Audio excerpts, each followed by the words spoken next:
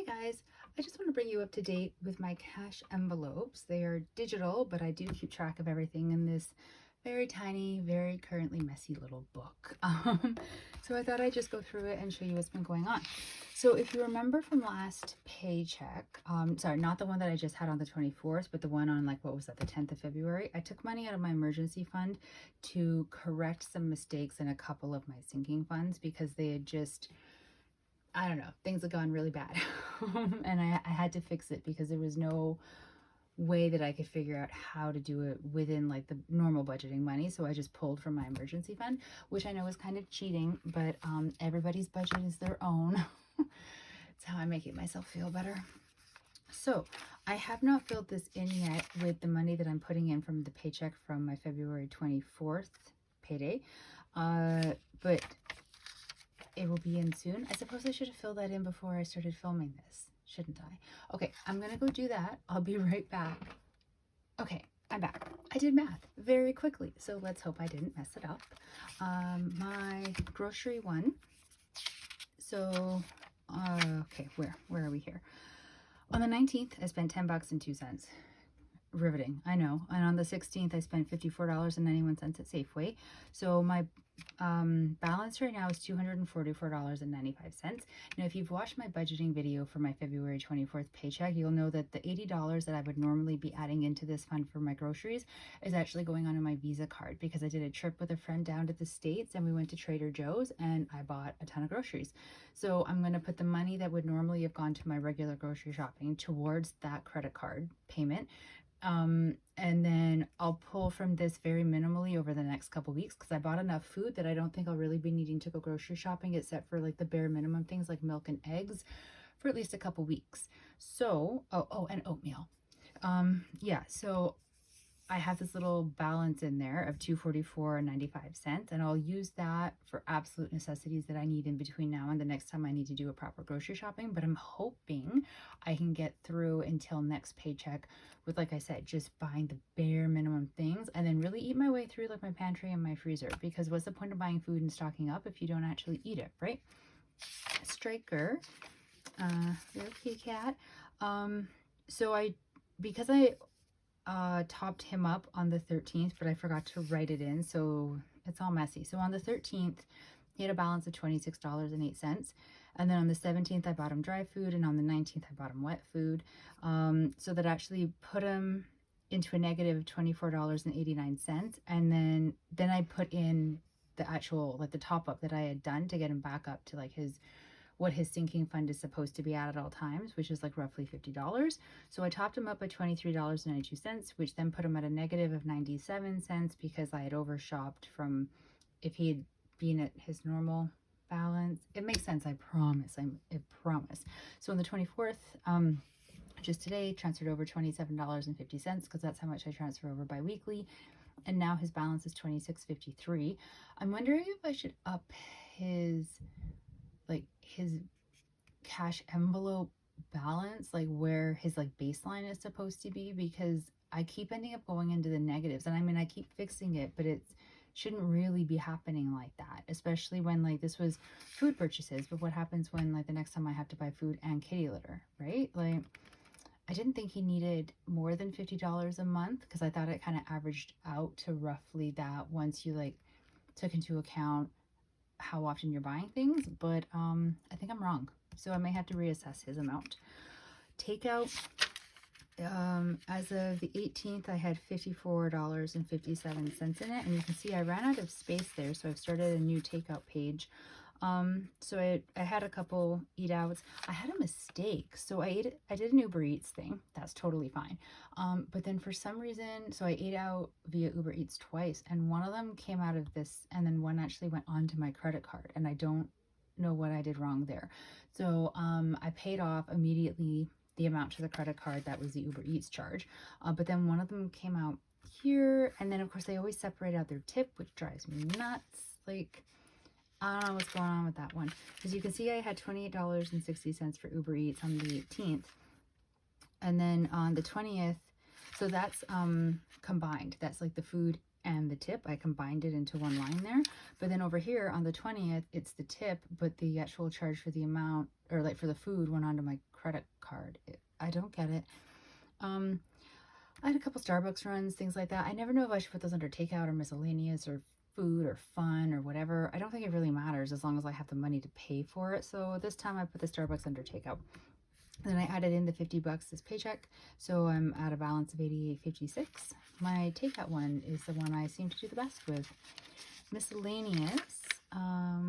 So yeah, I paid $32, which is ridiculous, on fancy pastries for a good friend. He's moved away, and it was for like, I didn't want to buy him a going away present that he was going to have to pack, so I got him fancy pastries for the going away thing that we did. There were 3 of us hanging out.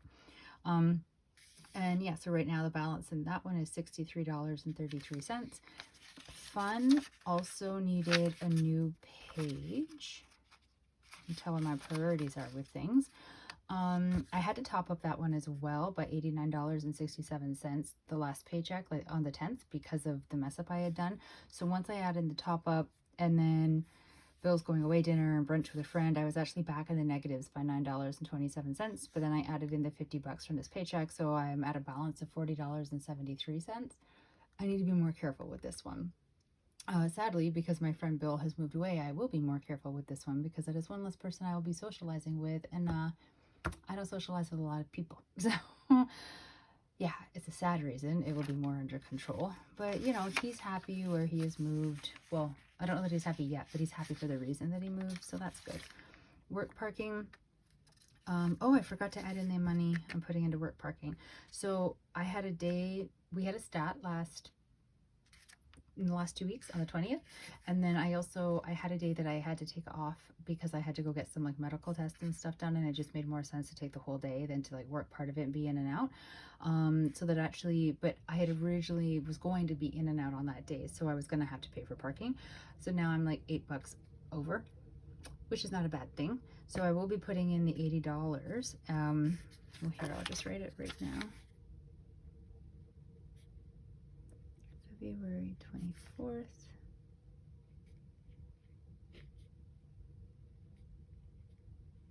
Okay, so that one's up to date. Gas, yeah, it's got $50 in it because I bought gas on Thursday, spent $50, put in money today, so I gave myself back $50. I kind of stopped filling this out. I had Apple Music and Apple Cloud get charged to the Neo card not today, one today and one yesterday, I think, something like that. But I mean, I don't think I really need to be keeping track of those anymore because they're going where they're supposed to be going. I'm paying them off. Oh, but that recurring bill I was telling you guys about last time, that $79 one for a service that I'm not even using, I remembered to cancel. Very proud of myself, and I canceled it mere days before it was going to charge again, so I saved myself like $79, which is something that leaves me very happy. Yeah, so now we're back into the new pages that I had created. So my digital cash envelopes are actually working out pretty well. I did have a little bit of a freak out though. So what I do, because they're actually technically all just sitting on one prepaid credit card that I use for all of these purchases, anything that falls under these categories, and I just calculate the entire amount of all of the ones that I'm contributing to on the paycheck and then transfer over in a lump sum that amount of money. So it will automatically transfer over without putting any kind of a hold on it, $250. But anything above $250, it puts a hold on for however many days.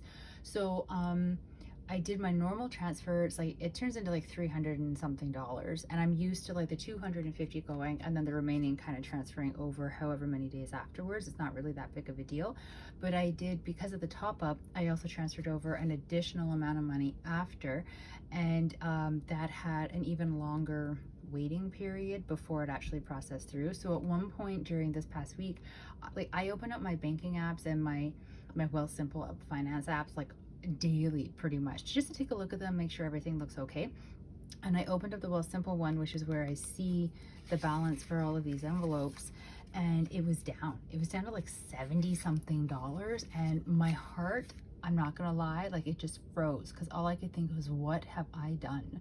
what did I spend and mess up so badly that I have just like drained so many of these cash envelopes? And oh, I was so upset, you guys, so upset, because I didn't think that I had messed it up, but clearly I had, because the balance was so low. And I was like, I'm gonna have to go home and sit down and like write it all out, because I really write out the expenses as they come out of these digital cash envelopes maybe once a week. I don't do it every time I make the purchase. Like, I should, but I don't.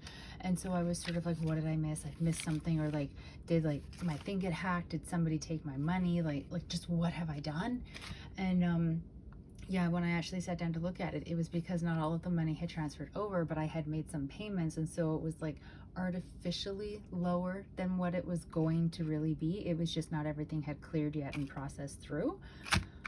But geez, man. Way to just like make my heart stop.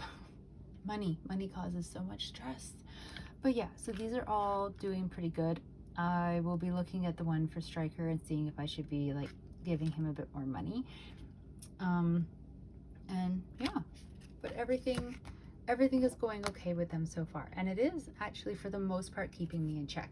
I do make some stupid purchases, like things online, for more money than what I should be spending. I'm human. What are you gonna do? Like, I make mistakes. It just is. But for like groceries and Striker and going out with friends and things like that, this is actually helping to keep me on track, because the friend that I went on the Trader Joe's run with is the one that I usually go out for brunch with on Saturday. And on the Friday when we were coming back from being across in the States, I was like, I'm not going to be able to do brunch tomorrow. Like, I just spent so much money at Trader Joe's. Like, I can't do anything tomorrow that's going to cost money. Like, I just can't. And I don't know if I would have said that in the past. I think I would have just sort of been like, oh yeah, sure, okay, like let's do something, because like she makes more money than me, so she can do more stuff than I can. And I probably would have just sort of like gone along with it if she'd been like, hey, yeah, like let's still go and do brunch, or let's go and do something, and just used the credit card and gone into debt to do it. But then when I said that, she was actually totally okay with it. She's like, yeah, I know I shouldn't either. We spent a lot of money, blah, blah, blah, blah. So like we were on the same page with it. But if I didn't have this, and if I wasn't keeping track, I don't know if I would have actually like found the words to say it. But saying it then made it easier for both of us. So yeah, something to ponder over there. I'm sure there's a life lesson in there, but I'm not really feeling super deep and wanting to figure it out right now. But there we go. That's my update on my digital cash envelopes. They are going quite well, I feel. There's always room for improvement, clearly, but you know, it could also be a lot worse. So I'm just going to look on the positive side for them. Yeah, that's it. I hope you guys are having a good time with your budget. If you're doing cash envelopes, either digital or actual cash in an envelope or some other variation of that, yeah, I hope that it's going really well for you and that it's helping you with whatever you need it to help it with. Like, I needed it to help keep me in line with my budget and controlling my variable spending and not going crazy with stuff like that. But maybe that's not what you need help with. Maybe you're using it to help in some other way, and whatever that is, I hope it is doing that for you. I will talk to you guys in a couple weeks, or maybe I'll do a video for like the March setup for my book. I don't really do those, but maybe I'll try, because I do have to set it up. March is almost here. Have a good one, you guys. Stay safe out there, and I will talk to you in a little bit. Bye.